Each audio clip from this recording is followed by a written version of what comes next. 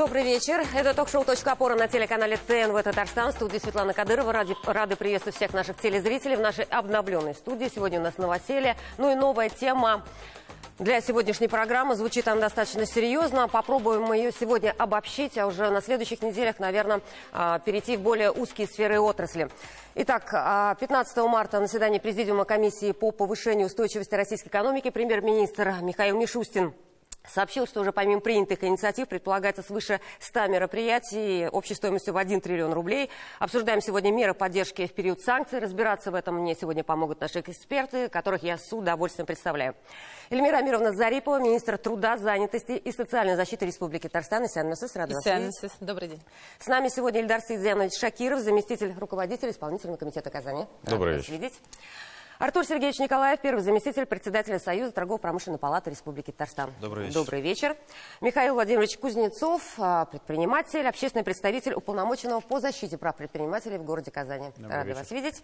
Фарид Рашитович Сафин, генеральный директор общества с ограниченной ответственностью «Ваш быт», председатель Совета ассоциации предприятий малого и среднего бизнеса Республики Татарстан и председатель комиссии общественной палаты.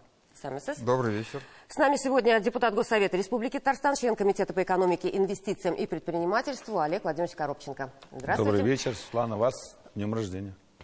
Большое спасибо, да.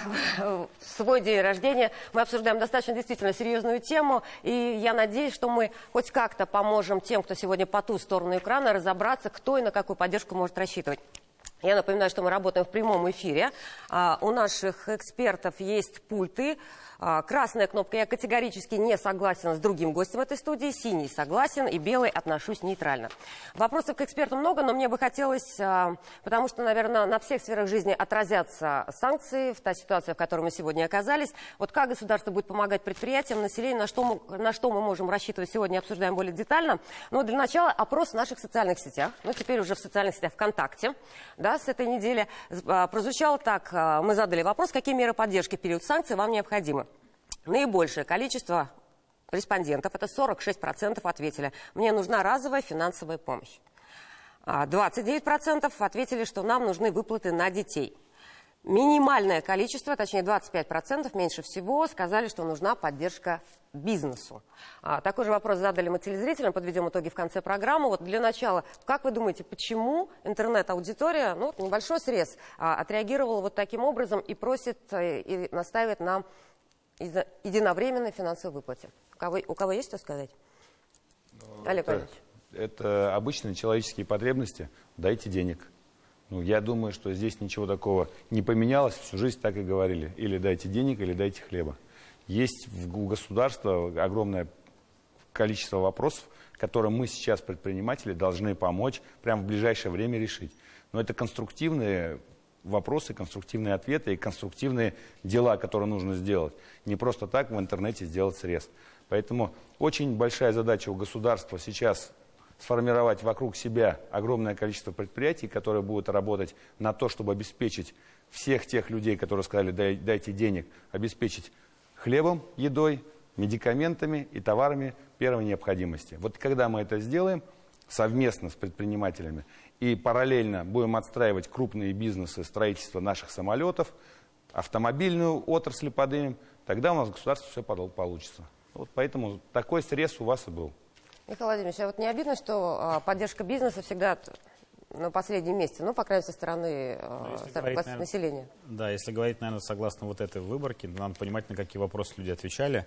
И мы прекрасно понимаем, что в России у нас меньше 2% предпринимателей, наверное, вот это отразилось. То есть предприниматели голосовали за бизнес, да, поэтому их так мало. Хорошо, есть кому еще что добавить? Я могу добавить. Да, Фарид Рашитович. Да, деньги, конечно, важны и нужны, особенно для предприятий, у которых сокращаются обороты, у которых на сегодняшний день партнеры повышают цены на поставки комплектующих, оборудования и так далее. Поэтому в данный момент деньги необходимы, потому что многие партнеры, не только зарубежные, но и наши, российские, начинают требовать от предпринимателей предоплаты. А вот эти вот взаимные связи, которые налаживались годами, они отстраняются, как бы отводят в сторону. Появляется уже недоверие друг к другу и риск определенный, то, что он может поставить, потом не получить своих денег обратно. Поэтому вот в этой ситуации, конечно, деньги важны. И государство уже среагировало на эту ситуацию, начало выдавать кредиты. Правда, кредиты разные банки по-разному выдают. Кто-то выдает там под 15%, кто-то под 8%, кто-то под 10%. Конечно, вот в этой ситуации было бы здорово, если бы кредитные проценты были минимальные, чтобы предприятие могло и перекрыть текущую деятельность, и еще вкладывать немножко в развитие. А вот эта инфляция, которая на сегодняшний день идет, и повышение цен кругом и на продукты питания, и на товары первой необходимости, второй необходимости и так далее, вот это, конечно, многих пугает. И в этой ситуации многие не только приостанавливают свое развитие, но некоторые уже подумают о том, что может пережить до лучших времен, сократить своих работников и так далее. Поэтому второй момент, то, что объявили, будет продолжена программа поддержки ФОД-3, то есть на оплату труда, на коммунальные услуги будут под 3% выдаваться деньги. Это тоже очень правильно. И я думаю, чем скорее запустят эту программу, тем будет больше пользы. Хорошо, спасибо. Об этом вот сейчас чуть позже. Ситуация действительно меняется каждый день. Накануне были приняты важные решения. В России в ближайшее время будут увеличены социальные выплаты, пенсии, прожиточный минимум, зарплата в бюджетной сфере. 16 марта Владимир Путин об этом заявил на совещании о мерах социально-экономической поддержки. Я бы хотела еще вот на что обратить внимание, что сказал Владимир Путин. Давайте послушаем. Даже в текущей непростой ситуации по итогам года нам необходимо добиться снижения уровня бедности и неравенства. Это вполне реализуемая задача даже сегодня. Я прошу правительство и регионы сконцентрироваться на повышении этой задачи. И добавлю, что она носит не только экономический характер, мы с вами понимаем, но является вопросом социальной справедливости. Очень многое сейчас зависит от инициативы руководителей и субъектов федерации, от их готовности брать на себя ответственность. Сегодня мною подписан указ о дополнительных полномочиях глав регионов. Они смогут принимать гибкие и оперативные решения по поддержке наших граждан, экономики, социальной сферы, исходя из реального положения дел на местах. Итак, полномочия главам регионов переданы. Президент Татарстана по его решению 2 недели назад, по-моему, если не ошибаюсь, был создан уже оперативный штаб по устойчивому развитию экономики в каждом муниципалитете. Мы называем его, как журналисты, антикризисный штаб. Ильдар Саидзянович, в исполкоме этот штаб работает. Вот сейчас, если полномочия спустили вот на землю, да, то есть что у вас сейчас, какие рычаги, какие возможности есть, каким образом у вас первоочередные задачи вообще стоят? Еще раз добрый вечер, Светлана. Конечно же, Казань не исключение. В мэрии Казани штаб создан, возглавляет его лично мэр Эльсур Раисович. Действует он с самых первых дней той непростой ситуации, которую мы все вместе сейчас переживаем. Возвращаясь к первому вопросу, я бы сказал, что в той или иной мере сейчас к числу пострадавших можно отнести абсолютно всех.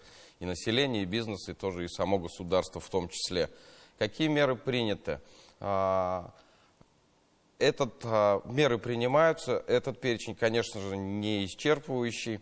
На сегодняшний день в числе первых для поддержки бизнеса принято мэром решение о введении моратория на штрафы по нарушениям городских правил благоустройства, по всем тем штрафам, которые отнесены к зоне ведения. Не штрафуют. Нарушения будут выявляться, они будут фиксироваться, но в том случае, если они не будут нести риска для жизни и здоровья горожан, нарушений при первичном выявлении налагаться, конечно же, не будет. Будет максимально лояльно выстроена работа, будет вестись предупредительная работа, направленная на добровольное устранение нарушений. Штрафы применяться не будут. Также к числу мер поддержки, я думаю, мы можем отнести решение о том, чтобы не расширять в текущих условиях дальше муниципальное парковочное пространство. Это Это было сделано для того, чтобы не налагать дополнительные затраты на также горожан. Все те парковки, которые действуют, они продолжат работать в льготном режиме, который был принят еще в период пандемии. То есть субботы и воскресные дни они бесплатны. Мы сократили количество часов, когда взимается плата по просьбе самих же предпринимателей, в первую очередь рестораторов, ательеров. Дальше сейчас мы свернули планы по развитию парковочного пространства, которое анонсировали в начале текущего года. Еще раз повторюсь, это не исчерпывающие меры. Городской штаб работает в ежедневном режиме, каждый день проводится встреча. В первую очередь, пока это представители бизнеса, предприятия. Мы нацелены на то, чтобы вместе в диалоге выработать меры поддержки. Конечно же, в том числе и возможности городского бюджета не безграничны. Любые меры поддержки будут соизмеряться с налоговой нагрузкой на бюджет и с эффектом от их реализации, потому что надо понимать, что социальные функции продолжит бюджет исполнять. Дарья Сергеевна, при этом вот за прошедшие недели вы уже можете фиксировать, что резкий рост обращений со стороны от предпринимателей уже поступает? С чем связано? Какие можно сделать такие первые реперные точки расставить? Предприниматели Казани в числе первых оказались в ситуации неопределенности, потому что были нарушены, годами выстроены логистические схемы поставок, операционные цепочки. Многие столкнулись с тем, что не имеют возможности покупать компоненты и иные производственные составляющие у своих поставщиков, в первую очередь из стран Запада, и теперь они оперативно пытаются это наверстать и найти им замену. Многие обращаются с тем, чтобы была оказана финансовая поддержка, пересмотрены ставки налогов. Ну и в принципе, я думаю, самое главное сейчас для нас, для госорганов, это в максимально сжатые сроки доводить до них информацию о том, какие меры поддержки государством приняты, реализуются, какие возможности открываются. Ну и, конечно же, получить от них обратную связь о том, в чем они нуждаются, и чтобы мы могли оперативно реализовать. Хорошо, Эльмира Амировна, тут, по-моему, это ваш год, что называется, да? Вот сейчас, после заявления Владимира Путина, в том числе о повышении и заработных плат бюджетников, и пенсий, уже есть рост обращений? Звонят, атакуют, разъясните, когда, как, вот разъясните, когда и как примерно нам ждать определенных решений. Да, действительно, мы все с вами знаем, что сейчас основная задача стоит, учитывая, что под санкционное давление фактически попала каждая семья. Мы видим цены в магазинах, и, безусловно, вот здесь вопросы социальной защиты каждой семьи, каждого человека – это первая задача. И вторая задача – сохранение занятости. Вот чтобы вторая задача была решена, должна быть серьезная поддержка производства, серьезная поддержка экономики. Но в тех условиях, пока будут перестраиваться предприятия, безусловно, кто-то скажет, и мы сегодня видим о простое, о предполагаемом простое. И вот в этих условиях меры по поддержке занятости, они будут сформированы. Если говорить по обращаемости, сейчас мы в связи с тем, что была анонсирована новая выплата, да, это выплата от 8 до 16, то есть теперь у нас вся цепочка, начиная от ранних сроков беременности, от 6 недель, то есть когда женщина еще только забеременела, только узнала практически о своем ожидаемом материнстве, до 16 лет вот эта вот линейка будет продлена. Но при этом женщина в этой ситуации должна быть с не очень высокими доходами. Да, но эта семья малообеспеченная. То есть, безусловно, мы поддерживаем, государство прежде всего поддерживает тех, кто действительно нуждается. И мы будем смотреть и смотрим и уровень имущества, и уровень доходов. И вот малообеспеченные семьи, безусловно, попадут под эту поддержку. Но вот все анонсированные меры о том, что будут изменены размеры социальных выплат, пенсий. У нас в республике каждый четвертый это человек пожилого возраста, это пенсионер. И иных доходов у нас работает не каждый пенсионер. У нас только где-то, ну, может быть, 6-7 пенсионер работает. И, безусловно, пенсия для людей пожилых является основным источником доходов. И поэтому вот то, что было анонсировано президентом Российской Федерации Владимиром Владимировичем, это, безусловно, актуально и ожидаемо. И в ближайшие дни, я думаю, мы услышим и от председателя правительства и от правительства Российской Федерации будут приняты решения и по минимальному размеру оплаты труда, по ПМу, а к ПМу привязаны все социальные выплаты, то это коснется, значит, и тех выплат, которые получают наиболее нуждающиеся категории. То есть вот в ближайшие дни федералы принимают, да. Через какое время, условно, я понимаю, что прогнозировать сегодня достаточно сложно, через какое время, возможно, эта мера начнет действовать? По выплатам от 8 до 16 мы понимаем, да. что с 1 апреля, но... с Выплаты мая, с но мая. она будет пересчитана с 1 мая. А как только будет проиндексировано, безусловно, в следующий выплатной реестр эта выплата уже войдет в новом режиме. А по остальным, если вот сейчас принимается? По остальным, по мерам поддержки в сфере занятости, это срок неделя. Это срок недели Да, после да. решения наверху, После решения до правительства, внедрения. да, на уровне региона. И уже сегодня мы ведем очень тесную работу. То есть меры социальной поддержки – это одно направление, но, как я уже сказала, поддержка бизнеса, производства. Сегодня мы работаем очень плотно со всеми производствами, начиная с каждым муниципальным районом. Вот с Ильдаром Саидзяновичем мы буквально созваниваемся по несколько раз в день с кадровыми службами предприятий, с тем, чтобы понимать, что на предприятии. Да, сегодня у всех, во-первых, все предприятия вот не вошли в эту панику, а начали очень быстро искать и переориентироваться на импортозамещение, искать в иных субъектах Российской Федерации, кто может сделать здесь. У нас в республике создан реестр, Минпромом ведется этот реестр всех тех, ну так скажем, деталей, процессов, которые подлежат импортозамещению. Выстраивание новых цепочек внутри производства. А вот на этот период, если вдруг предприятие говорит о том, что пока я перестраиваюсь, мне нужно работников переобучить на новую технологическую производство их, дать им новые компетенции. Вот здесь тоже государство вольется, и мы тоже поможем в этом направлении.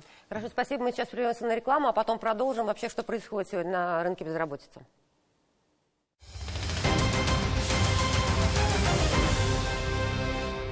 Еще раз добрый вечер. Мы продолжаем ток-шоу «Точка опоры» на телеканале ТНВ Татарстан. Обсуждаем меры поддержки в период санкций. Вот сейчас с Эльмирой Амировной проговорили по вопросу занятости населения. Вот сейчас здесь у нас есть бизнесмены. Мне просто хочется спросить. Вот сейчас насколько остро... Вот, Михаил Владимирович, вот что у вас сейчас изменилось? Что у вас происходит с занятостью? Вообще с чем столкнулись сейчас? Но столкнулись объективно только с курсом доллара на сегодняшний день, потому что у нас вся ткань привозится из-за рубежа и покупается она только в долларах. В России, к сожалению, ткани производят меньше 10% от всего объема, который потребляет Россия. Поэтому даже покупая ткани у наших соседей из Узбекистана или Турции, мы вынуждены покупать ее в долларах. Соответственно, так как он вырос примерно в 2 раза, надо четко понимать, что дистрибуторы не работают по ЦБ, они работают по плюс 10-15% от ЦБ. Для примера, 2 недели назад мы покупали при курсе 133, мы покупали за 180, да, примерно. Вот такие сейчас реалии. Поэтому это отражается как на товар. В себестоимости товара сырье около 30%. Вот мы понимаем, что если оно выросло в 2 раза, то РРЦ или там розничные цены у нас выросли примерно на 30%. Ну, примерно пока вот у нас вот такой вот рост. Как это отразилось? Корпоративный сегмент, который у нас покупал одежду, в том числе общепит, там магазины, там торговля какие-то, они сейчас, одежда для них не приоритетная, они, соответственно, приостановили поставки. И те бренды, которые у нас отшивались на наших производствах, они тоже не идут на сегодняшний день, пока не идут на риск, чтобы купить и положить толстовку, которая будет стоить в 2 раза дороже, чем она стоила там вчера или позавчера. Поэтому я думаю, по-любому спрос не может быть нулевым, он в любом случае отскочит, но нам надо четко понимать, что сейчас единственное, что понятно, что ничего не понятно. Вот это единственная догма, которая на сегодняшний день есть. Ожидаем мы, конечно же, инфляцию, она будет точно двузначной. Хорошо бы она, чтобы была близко к 10, но я боюсь, что она будет далеко от 10. Но вы сейчас уже задумываетесь о закрытии бизнеса, либо вы сейчас ищете какие-то новые варианты работы? Что происходит? Или ждете каких-то мер поддержки, которые вам помогут удержаться вот в этой непонятной там 2-3-месячной ситуации? Меры поддержки могу сказать по поводу вот ФОД 3.0. Да, в коронавирус он отработал очень хорошо. Это МРОД на одного сотрудника на 6 месяцев. Мы ожидаем его, конечно, в этом году. Для нас это действительно хорошая мера поддержки. Нам придется сталкиваться с реальностью. Еще раз повторюсь, у нас нету в России завода, который производит ткань, и он не строится за полгода. Да, это будет очень долгая история. Поэтому в любом случае нам надо будет смиряться с этой историей, покупать ткань, также продолжать за доллары, да, работать. Еще раз повторюсь, спрос он не может быть нулевым, он как бы отскочит. И вот чего мы единственное опасаемся, то есть, опять же, это зона риска для предпринимателя.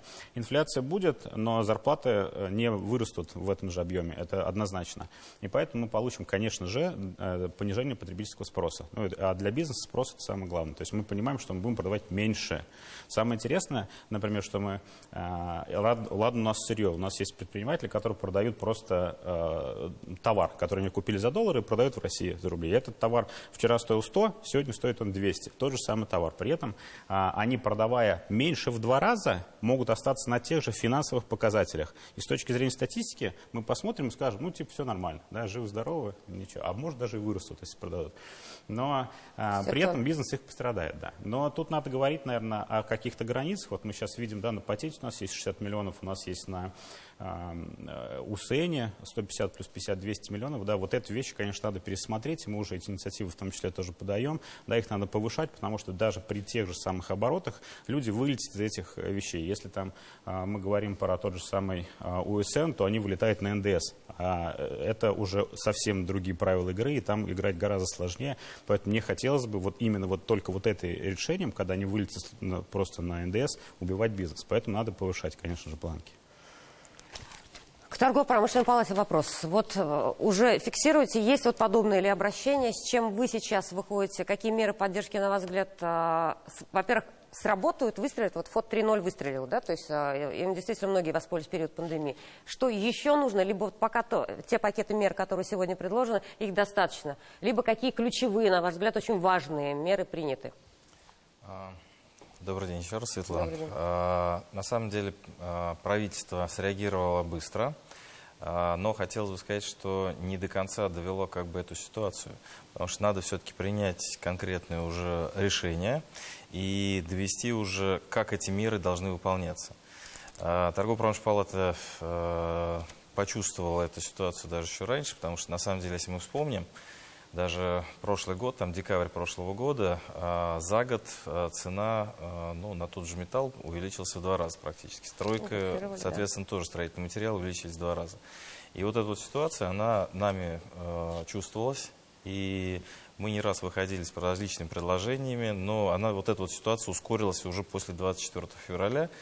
И, например, мы выходили, там 60 предложений была торгово-промышленной палаты на федеральный уровень. Мы понимаем, что вот сейчас выходить, есть там предложения, были, кстати, вот и по УСНу тоже, что Михаил говорил, и по патентам мы предлагали тоже изменения определенные. Но основные вопросы, конечно, они пока выходят на федеральный уровень.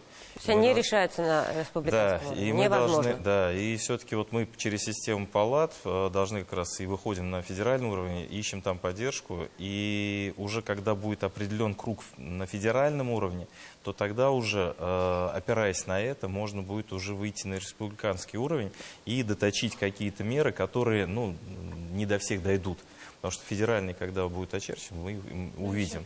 Я хочу добавить, да, эта тема есть. И не случайно, наверное, сегодня в республике Рустам Нургалиевич, президент республики, встречается. Посмотрите, у нас 21 числа запланирован в торгово-промышленной палате встреча с предпринимательским сообществом. То есть для того, чтобы выйти на уровень федеральный с предложениями, сейчас очень мощно формируются все, так скажем, республиканские меры и предложения для того, чтобы озвучить их в Москве, обосновать на фактах и показать. И я думаю, вот как раз это, так скажем, один из инструментов, действенных инструментов для того, чтобы голос республики был услышан. И он, я безусловно, думаю, будет услышан. Я хочу тут тоже добавить... Михаил, чуть-чуть. Сейчас договорит, да, Я тут долго стою, молчу. Значит, коллеги, действительно предложений много, но вот бизнес, мы каждый день к нам приходят предприниматели. Сегодня вот даже с Михаилом мы были, да, в торгово-промышленной палате, там заседание комитета по финансам, мы как раз новый такой комитет у нас создался. 16 числа больше 20 комитетов у нас собралось, как раз, типа такого мозгового штурма устроили, как раз вот в преддверии 21 числа. И на самом деле сейчас то, что вот Фарид говорил, разрыв цепочек логистических, это очень такой важный момент, потому что в любом изготовленном, практически в любом изготовленном продукте, который мы видим с вами, что-то до импортного есть. И вот эти цепочки рвутся, и если, условно скажем, там в каком-то механизме нету одного винтика, то этот механизм просто не работает.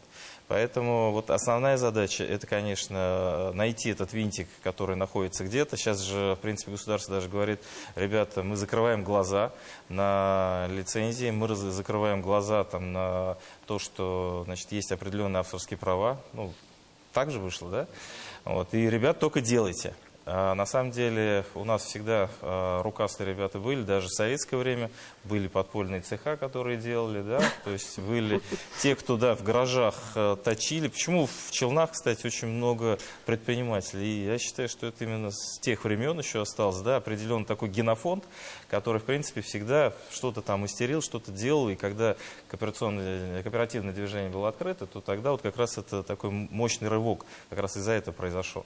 Поэтому если сейчас государство действительно чуть-чуть только поможет, где-то может инфраструктурой, где-то с финансами, и больше всего как раз вот по логистике. Внутренние связи, они найдутся, потому что крупные предприятия, они сейчас тоже понимают, что им не бодаться надо с теми поставщиками, которые не довели там услуги, не довели оборудование, а им надо как-то вместе находить выход из ситуации.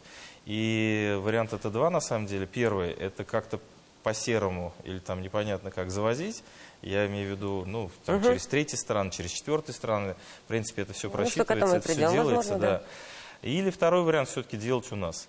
И вот сейчас, наверное, такая ситуация как раз все больше и больше, что необходимо, и понимают все, да, то есть Иран 43 года живет вообще в полном, там, за полным занавесом.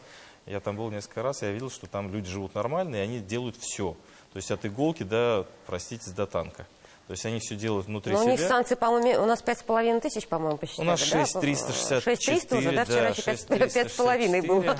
Санкции у нас больше в 2 раза, чем... Просто накат произошел очень быстро. У них тоже, но у нас вот прям одномоментно практически. Но тем не менее, вот страна живет, работает, и я думаю, наверное, как раз выход из ситуации сейчас делать внутри, кооперационные цепочки восстанавливать и внутри производства. Надо в первую очередь помогать все-таки производственникам. Потому что, пусть меня Фарид простит, он все-таки торговлей занимается, но торговля, она как-нибудь выкрутится.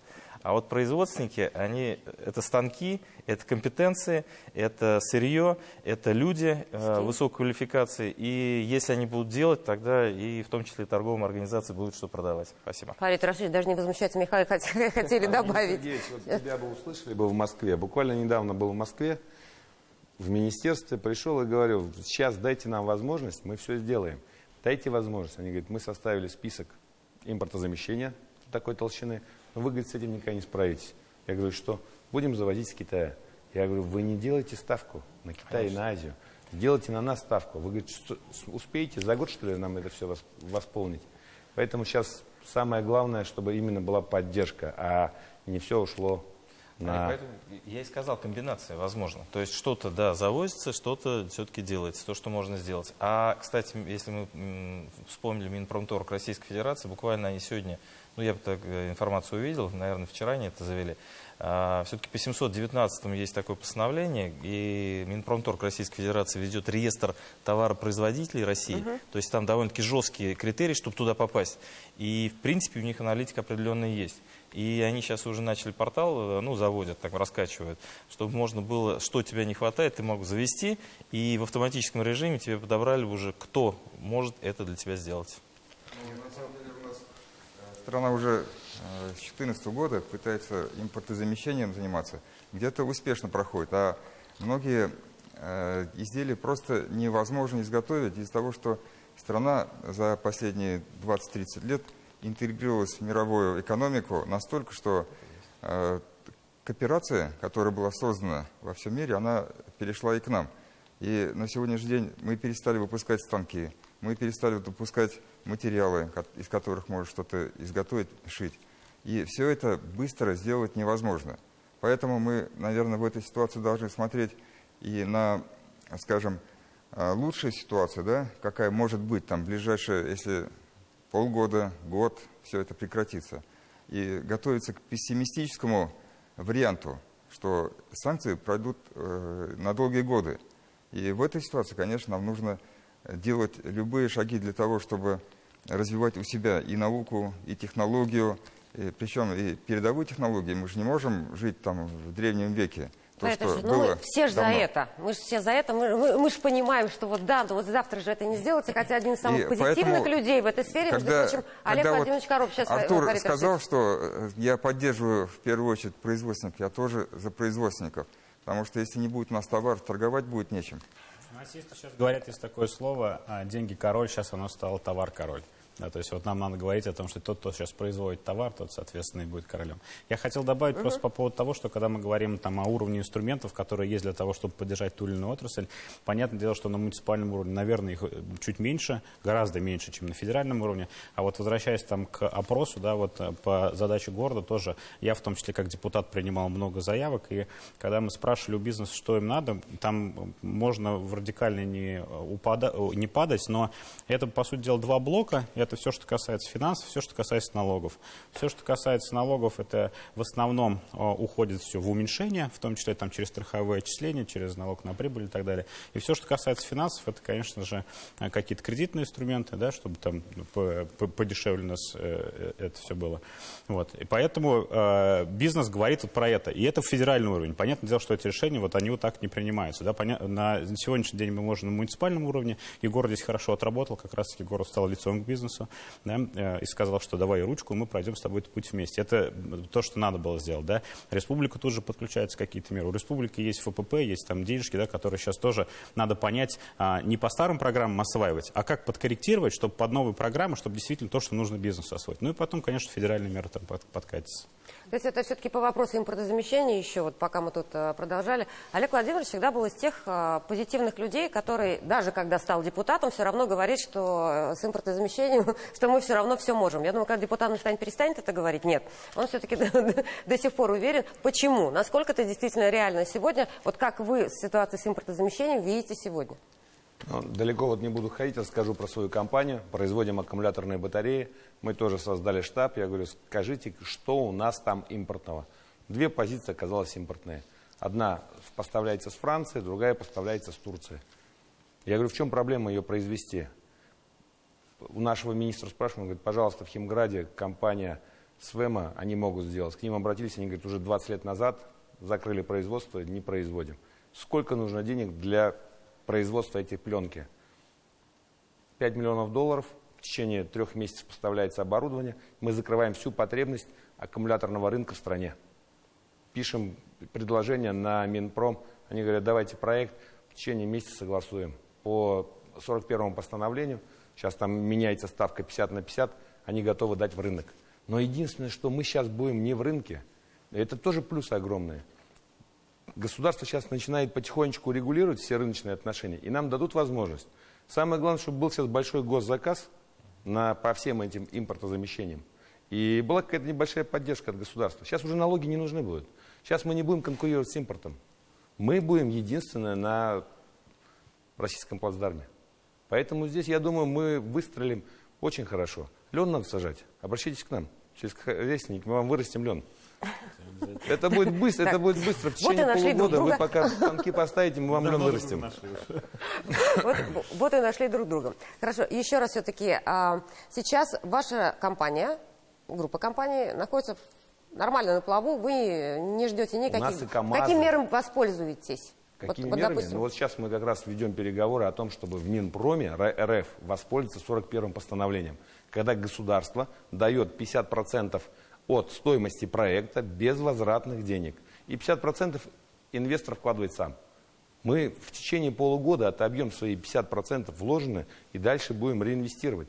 Но сейчас фишка в чем будет? Что у нас не будет импортных конкурентов. Михаил Владимирович, у вас конкуренты кто были? Китайские, ну сейчас китайские, наверное, останутся, но цена все равно вырастет. Вы сейчас будете единственный монополист по пошиву Толстого. Кроме вас вообще никого не будет. Да, очень сильно, но бренд просто переживает, что он выводит сейчас на рынок товар, который будет неконкурентоспособный. Но заявок от брендов так много. У нас у КАМАЗа нету конкурентов в России никого. Если раньше в год продавалось 90 тысяч грузовиков, а КАМАЗ производит около 40 с лишним, это половина рынка. Сейчас возможность и у Уралаза есть, и у МАЗа есть, и у КАМАЗа. Делайте, пожалуйста, заполняйте. Мы раньше конкурировали с Мерседесом, с Сканием по комфортности езды водителя. Сейчас у нас будет только КАМАЗы, Уралы и МАЗы. Да, конечно, не надо скатываться в дремучие времена. Нужно делать качественные машины. Но у нас не будет, самое главное, конкуренция. И рынок непочатый край. Работай не хочу. Сейчас у предпринимателей самая жаркая пора. Бери любую вещь, обращайся в ТПП, РТ, ну или через них в РФ, и, пожалуйста, получай субсидии, начинай делать. Да, Эльдар Сидорович, ага. Светлана, я бы тоже хотел продолжить тему импортозамещения. Позитивно? Как Олег Владимирович? Безусловно, позитивно. И, наверное, даже обратиться к нашим телезрителям. Я очень рассчитываю, что среди них много предпринимателей. Так вот, даже в это непростое время можно увидеть окно возможностей. То самое пресловутое импортозамещение, когда с рынка ушли много компаний, они не поставляют в Россию свои продукты и товары. Это та возможность локализовать это производство здесь. Олег Владимирович привел тот самый пример, когда он, будучи предпринимателем с Челнов, покупал это сырье за границей, в то время как его производят на Химграде, и он просто не видел этих контрагентов. Мы на самом деле ровно сейчас в это время договорились уже с агентством по госзаказу Республики Татарстан. У них есть достаточные ресурсы. Сегодня встречались с Яковом Вениаминовичем. В начале следующей недели что мы планируем сделать? Подсветить для предпринимателей возможности республиканского маркетингового центра. Они провели анализ, так вот, за прошлый год только госзаказчики Республики Татарстан закупили 111 тысяч позиций за пределами республики, в первую очередь за рубежом. Это те самые 111 тысяч позиций, которые можно и нужно начинать производить здесь. И я здесь все-таки не соглашусь, далеко не все из них требуют там долгого и сложного налаживания производственных процессов. Программы поддержки будут и на федеральном, и на республиканском, и даже на муниципальном уровне будут программы по поддержке импортозамещения. Этой возможностью, конечно же, нужно пользоваться и решиться на нее как можно скорее. Но в любом случае соответствующую информацию мы вместе с агентством по госзаказу будем презентовать. Как те продукты, которые размещаются в госзаказе, это будет реестр, он будет удобный, кликабельный, доступный, так и те... А также параллельно будут публиковаться возможности наших предпринимателей казанских, ну, наверное, может, потом и всей республики, то, что можно покупать здесь, чтобы, условно, тот же Олег Владимирович видел о том, что на Химграде есть компоненты для его аккумуляторных батарей, и не нужно ждать, пока доллар снова подешевеет, можно работать уже. А что нам мешало это год или два назад открыть, а? Привычка. То есть предприниматели... Вот почему... Есть, вот сейчас говорят, типа, вам везде это зеленый свет на светофоре. А говорят, уберите светофор, а дороги надо было построить еще в прошлом году скоростные. Да, ну то есть, вот так вот. Потому что, по идее, все это можно было сделать уже давно, и Олег Владимирович уже давно бы покупал, давно бы диктует рынок, нашел. всегда диктует рынок. Если есть технологии дешевые, конечно, у тебя нет мотивации идти и делать свою технологию. Хорошо, все равно, когда мы говорим об импортозамещении, мы говорим, что предприятие некий период времени находится в непонятной ситуации. Хорошее слово сегодня было Михаила Владимировича. То есть, соответственно, это, возможно, простое, да? Это высвобождение работников, уход в отпуск за свой счет, да, порой. Да. Что вот в этих ситуациях сегодня предлагается, как защитить? Вот если, допустим, ситуация такая, что предприятие какое-то открывает новую технологическую цепочку, безусловно, стоит вопрос, что делать с персоналом, который не обучен этому. И вот здесь включаются те программы, которые у нас пойдут по линии занятости. Они уже анонсированы правительством Российской Федерации. Это прежде всего временная занятость, когда персонал сохраняется, но переводится на этом же предприятии, но на те работы, которые актуальны сегодня. Второе – это переобучение персонала. То есть если, допустим, открываем производство новое, что-то делаем новое. И, безусловно, легче взять свой персонал, переобучить, нежели брать людей с рынка, со свободного рынка труда. А учитывая, что у нас сегодня, вот посмотрите, пока из безработицы, то есть она вот 10 тысяч человек, она стоит вот на этом месте. А вакансий 42 тысячи, а вакансий, да? Нет, сегодня уже 53 тысячи. Ага. Да, вакансий сегодня... стало больше, еще 42 тысячи было на прошлой неделе. Да, на прошлой неделе было 42 тысячи. Вот как бы эта ситуация. А сегодня мы еще ждем, у нас сейчас в связи с сезонностью пойдет еще сельхозвакансии. В любом случае, потому что сегодня республика готова, обеспечена минеральными удобрениями, обеспечена техникой для того, чтобы мощно, и мы заинтересованы в том, чтобы мощно провести посевную. И поэтому, безусловно, и там нужны будут трудовые ресурсы. И так вот, второй – это переобучение. То есть здесь мы предприятию тоже поможем переобучить до 60 тысяч. Стоимость программы обучения на одного сотрудника будет. И вот это поможет действительно обучить тем компетенциям, которые нужны будут для того, чтобы люди не уходили вот в никуда.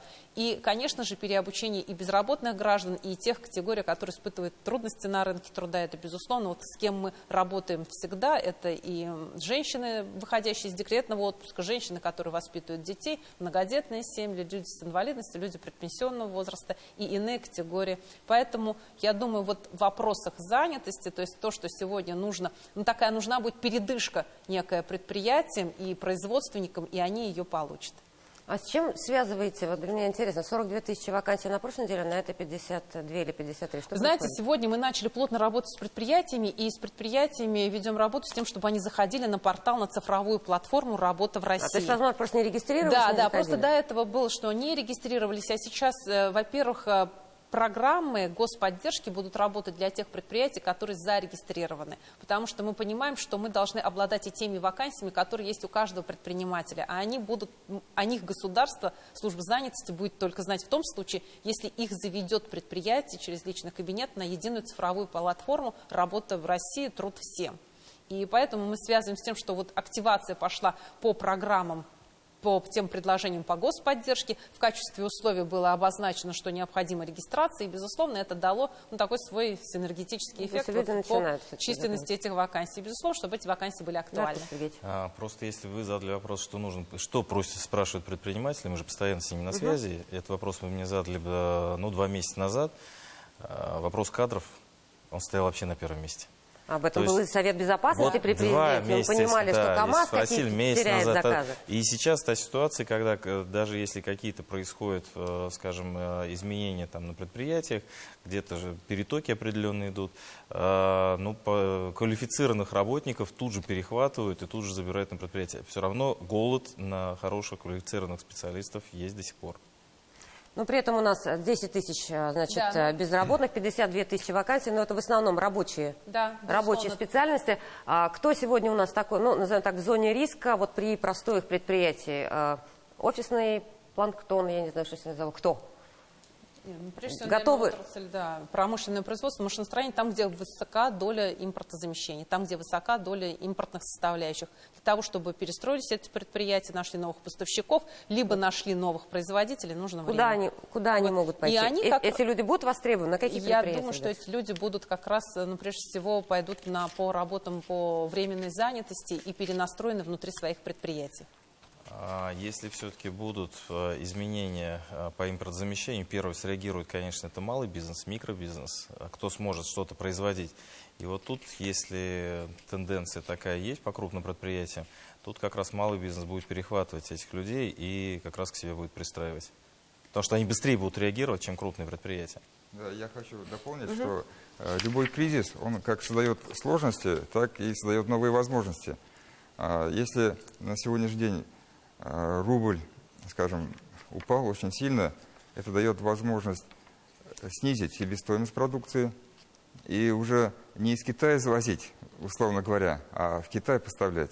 Потому что юань здорово очень выросла по отношению к рублю. Поэтому вот эти возможности надо, конечно, использовать. И если тем более будет со стороны государства поддержка, какие-то субсидии, вливания там, и так далее, то здесь есть новые возможности. Я сам предприниматель с 90-х годов, поэтому начинал производить... Сколько кризисов проходили-то? Я кризисов много прошел, начиная там 90-е годы, когда инфляция, и выжил, 98-й год и так далее. Но дело в том, что когда мы начинали производство, производили все подряд, все, что требовал рынок. Но когда открылись наши границы и хлынул товар уже зарубежный, из Китая, из Польши, там мы не могли конкурировать, выгоднее было возить оттуда. И на сегодняшний день многие так поступают, везут либо комплектующие, либо сами изделия, и здесь уже реализуем. И постепенно Россия начала превращаться уже в страну, которая работает только на сырье. В основном, конечно, основная масса. Но вот сейчас есть возможности перестроить. Огромная возможность, не просто большая, а огромная возможность. И как в той сказке про 2 лягушек, которые попали в сметану, вот если сдаться и руки поднять, то просто утонешь. Сейчас нужно двигаться, работать. Огромное количество потенциал. Просто вот я ночью просыпаюсь от того, что мысли идут прям такие. У меня товарищ построил мотокроссную трассу и говорит, вот у нас сейчас не будут приезжать, мотоциклы не будут привозить. Я говорю, Наиль, будем мотоциклы контрабасом возить, а ты дай вот в туристическое агентство, чтобы со всей страны к тебе туристы водили. Он говорит, слушай, какая идея хорошая, прям записал, сейчас сделал рекламную брошюру. Сейчас все записали. И везде раздает по всем рекламным агентствам страны, везите к нам туристов. Поэтому сейчас нужно искать прям выходы и входы, тут огромное количество. Все-таки Фарид Рашидович меня натолкнул на мысль, вот столько кризисов прошли, да и вы не один, да? Какой был самый Или мы сегодня в самом-самом? Давайте я про 2014 год немножко скажу. Там тоже был кризис, да. Вот как раз-таки тогда, когда рубль стал дешевый для европейцев, мы ощущали на себе заявки европейцев. Тогда, когда он был 30 и стал 60, вот это было, да. Сейчас другая ситуация, сейчас мы от Европы не дождемся заявок. Немножко другая политическая ситуация, да, поэтому действительно, если только ориентироваться на Китай, который производит сейчас, великое множество. А так вот, да, ситуация была такая. Заявки Во были. всех кризисах, я просто дополню, да, то, что пострадали в основном те, кто был завязан на импорте. Они обязаны были рассчитываться долларами, валютой иностранной, поэтому вот в этой ситуации, которая сегодня сложилась, тоже они попали, те, кто рассчитывался валютой, они попали в сложную ситуацию. Им надо продать то, что они завезли, рассчитаться там за оборудование, за комплектующие, и все это в долларах приходится делать, чтобы дальше продолжать свою деятельность. Ну, понятное дело, что сейчас будет национализация экономики, об этом можно, да, говорить, о том, что мы будем все производить сами. Единственное, что здесь, наверное, как регулятор должен участвовать в неком поддержании там должного качества, иначе мы получим там апельсины, которые у нас растут одни, а они на самом деле другие, да, и там телефоны, которые у нас одни, а они растут другими. Потому что всегда, когда нет конкуренции, страдает всегда потребитель, он страдает как раз-таки в качестве, да. То есть здесь регулятор тоже нам необходим. Хорошо, спасибо. Мы прервемся на рекламу, потом продолжим.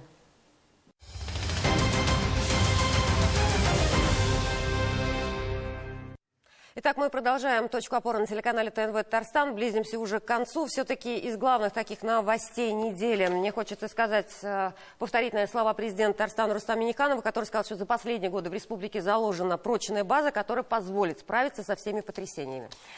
Были очень хорошие и в новостях телеканала сюжеты о работе Бугульминского молочного комбината, который уже тут наращивает производство и набирает людей.